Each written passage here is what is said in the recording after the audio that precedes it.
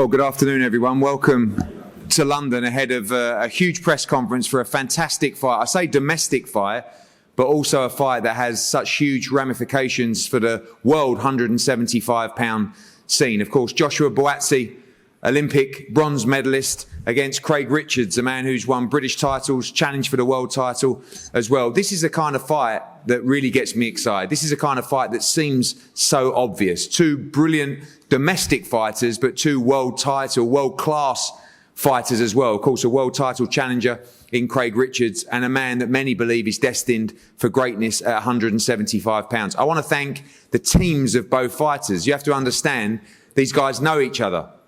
Both from Croydon and Crystal Palace. They're a stone throw away from each other. They've known each other for many, many years. Sometimes in boxing, they don't want to make these fights. Trainers, managers, advisors, fighters will wait. We'll wait for our world title shot. You need to stop waiting. Fighters out there that are queuing up for a world title shot that is not imminent, don't stall your career when you could be involved in brilliant fights. Fights that could take your career to another level. And that's what we've got May 21st in London. Thank you for everyone for turning up today. Of course, the teams, Peter Sims, 258, everybody that helped make this fight happen. Thank you for Joshua Buatsi for flying in from America last night. Craig, I'll start with you. You're one of those guys that's looking at Bivol, that's looking at Joe Smith. You boxed Dmitry Bivol in a very close fight. A lot of people felt that if you believed in yourself enough earlier in that fight, you'd be sitting here as world champion today. But you've seen from the reaction today, the media, down at TalkSport as well, this is a big, big domestic fight. Yeah, 100%, Eddie. Thank yourself and Matchroom and everyone for making this fight. I think it's a fight that was always going to be in the pipeline. I believed I was going to get to world level. He was obviously destined for world level stuff as well, so we knew we'd cross paths at some point, and it's a good clash. Of course, for myself, I want to get back into that mix, challenge for the world title and win a world title, and I think this is the bridge to cross to make that happen today. Obviously, two different paths to where you are today. Joshua Buatsi had the stellar amateur career. He went to the Olympics, signed the deal, boxed at some huge shows as well. You've had to do things slightly more different, box on some smaller hall shows. You took the Frank Buglioni fight on a week's notice. You went and boxed Shakan Pitters in his back garden, beat him by knockout to win. You got an opportunity to jump in with Dmitry Bivol. You've taken all challenges and very different paths to meet each other today. Yeah, 100%, Eddie. Obviously I've been thrown in the deep end a few times and just been swimming, but I had no regrets to that because that's what's put me in good stead for today. I've had a lot of domestic clashes, a lot of grudge matches, a lot of cross-path fights, and all of that today has built my experience and my ability today to be confident enough to go in to win and win well May 21st. I believe that if I didn't have those fights, maybe it might have been a harder fight if this fight was scheduled without the experience. But I believe all of that's put me in good stead and I'm ready to go, and that's what's made me confident. And I'm seeing the growth in myself every fight, every week, every day in the gym. And I'm just looking to go and perform May 21st from all that experience of showing that hard route meant a lot. I think we've seen from the bookies and probably across social as well, people view Joshua Buatsi as the favourite for this fight. You obviously don't see it that way as well. Does that get under your skin a little bit, considering all the fights that you've been in your career so far? Nah, because if you look at all the titles I've won at light heavyweight even, I think 3 of the fights, I was the underdog in them as well. When I beat Jake Bull, massive underdog in the bookies, they ripped me off. I went out there, delivered, got the knockout. Shakan Pitters, massive underdog again in the bookies again, went out there and delivered. My last title fight, for once, I was the favourite, didn't mean any difference, went out and delivered. So whether the bookies want to sleep on me or not, that's up to them. That's all it means. If they do sleep on me, my friends make a lot of money, and if they don't, then my friends don't cash in as much. But it doesn't matter to me. It's the same job at hand. It doesn't make, if the bookies say he's the favourite, make him any stronger or give him any more powers, vice versa. The same person's in front of me. I'm not focused on the bookies or what people say. I've got a job to do it at hand and I will deliver. I know you speak with a lot of confidence going into this fight. You have a lot of respect for Joshua Buatsi as well. What do you see in him that makes you believe that you can win this fight? So I heard a comment earlier on TalkSport where you gave him respect from coming back to what you described from being hurt badly in the Kalic fight as well. Do you look at that fight particularly when you analyse the career of Joshua Buatsi? No, I won't look at it in terms of like, oh, well, pick up on that, or he got caught there, because as myself, he's going to the gym to improve and iron out all his flaws fight by fight. What I did see in that, he showed heart and he showed grit, that he bit down on his gum shield when he's in a tough situation. So I know he's got the will to win and he will come to win. And especially like the other unbeaten fighters I've faced, more importantly, they got more will to win. They won't want to lose their O. So I know that he ain't going to come to lie down. But that's for me to go and prepare well to make sure I get the task done come fight night.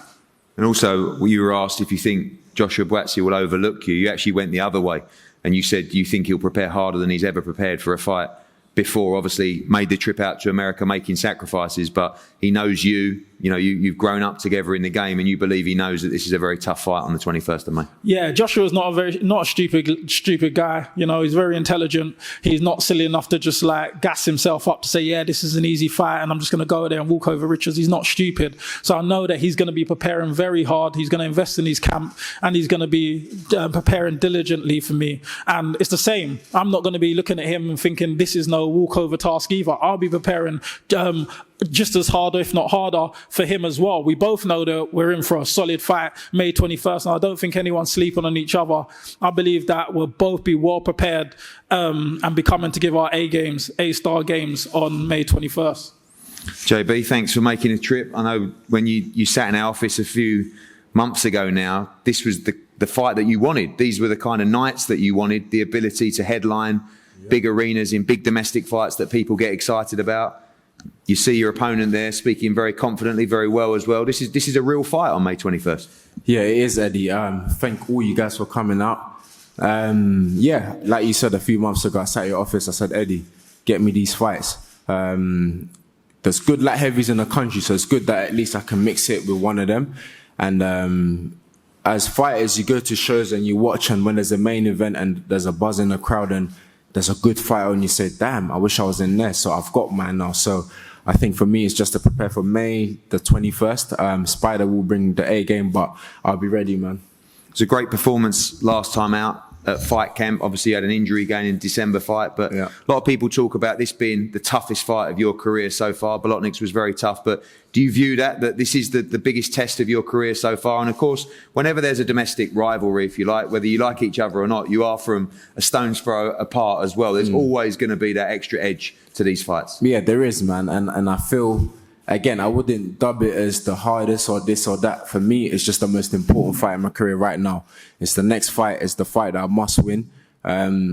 Last time it was Bolotniks, cool, but this time it's Spider. And for me, I'll prepare as diligently as I do. Come May 21st, I'll be ready, man. Obviously, a lot of people queuing up for world titles right now in the division. You've got, of course, part of the Matchroom team, yourself, Craig Richards, also Callum Smith wanting a shot at the world title. Then across in other organisations, you know, you've got Callum Johnson, you've got Anthony Yard. We know that it looks like Beterbiev's fighting Joe Smith for a unification. Obviously, Canelo Alvarez is fighting Bivol as well. Important for boxing that these fights are made. If you're good enough, you win these fights, and you shouldn't just be sitting around waiting for that perfect opportunity. These are the kind of fights that the fans want to see. For sure, and I have to thank you and thank Spider's team, my team, of course, for making this fight happen. Like you said, fighters can tend to wait for the opportunity, and for me currently, it's looking a bit tricky, but I've got a good fight, and that's what I'm concentrating on. I know you only look at fight by fight, but the reality is that on May the 7th in Las Vegas, Canelo Alvarez will fight Dmitry Bivol. This fight is an official eliminator for the WBA world title. Canelo Alvarez wants the fight in London in December. We have the mandatory at 168 in John Ryder, and this person will be sitting as the mandatory at 175. I know you don't look at that, but this is a really important fight for the division, for you, and how would you feel about a potential fight with Canelo Alvarez in December if you were triumphant? I think that definitely makes this a big fight for me. It makes it even more important. I know what's at stake. I know what the reward is, and that's what I said when I was in Arizona. I'll fight these guys as long as I know that this is what's next. And you've just said this may lead to the world title fight next. So for me, I'm easy. No matter who it is, I'm prepared, and I think I'm at the point where I want to fight these guys. I want to get into these big fights. So for me, May 21st is the first stop. We handle that, and then we deal with whoever's next. Craig, I know you've got a great boxing brain, you study the sport, and I know that the familiar answer to this question is whatever it takes, by any means necessary, but how do you beat Joshua Buatsi? Do you have to outbox him? Do you have to take him into deep waters? Can you stop him in this fight as well? I think I've got the capabilities of winning anyway. I think the most important thing is to prepare all round the board. I've got to be prepared for everything. At this level, you can't just go, all right, I'm just going to win it off a jab, or I'm going to win it by just closing him down and going to work. You've got to prepare for plan A, B, C, and D. You might have to get rough and ready. You might have to box, be clever. It all depends on the night. You've got to just make sure you've prepared from A, B, C, and D, have all your game plans, be fit, ready, and strong. And on the night, just make it happen. And listen to your team, most importantly, and make sure you execute what you need to execute to win the fight. JB, finally, I know one of the nicest guys out of the ring, but as you said earlier, once the bell goes, the switch flicks, and bad intentions in the ring, looking to do a job on Craig Richards on May 21st. Yeah, absolutely. I think it's nothing new that outside I'm cool, calm, probably like a lot of boxers, but when I'm in that ring, I know what time it is. I know what I have to do. I know what the situation is, what the setup is. Never ever in the States, we always say nice guys come last, and that's what it is in the ring. Outside the ring, be however you want to be, but in that ring, I know what it is that I have to do, and on May, I'll be ready. Well, thank you, Joshua Buatsi. Thank you, Craig Richards. A brilliant fight in the light heavyweight division. So obvious to make this great domestic fight, but thank you for both guys for accepting it. You've seen recently, Liam Smith against Anthony Fowler gave us a sold-out arena, an electric night. Obviously, Britain against Ireland recently, with Lee Wood against Michael Conlan, one of the greatest nights I've ever witnessed as a fight fan. This Saturday as well, don't forget, Josh Warrington bidding to become a two-time world champion in front of 12,000 people in Leeds against Kiko Martinez. As we move into April, of course, Conor Benn against Chris Van Heerden in Manchester, and the epic fight at Madison Square Garden, Katie Taylor against Amanda Serrano, and a week after that, Canelo Alvarez against Dmitry Bivol at T-Mobile Arena in Las Vegas, before we go May 21st. The official venue will be announced tonight or first thing in the morning. It will be in London. Joshua Buatsi against Craig Richards, an eliminator for the WBA Light Heavyweight Championship of the world. It's going to be a tremendous fight. Don't miss it, live on DAZN all around the world. We're going to have a head-to-head here, and both gentlemen will be available for the media. Thank you for coming today. Thank you.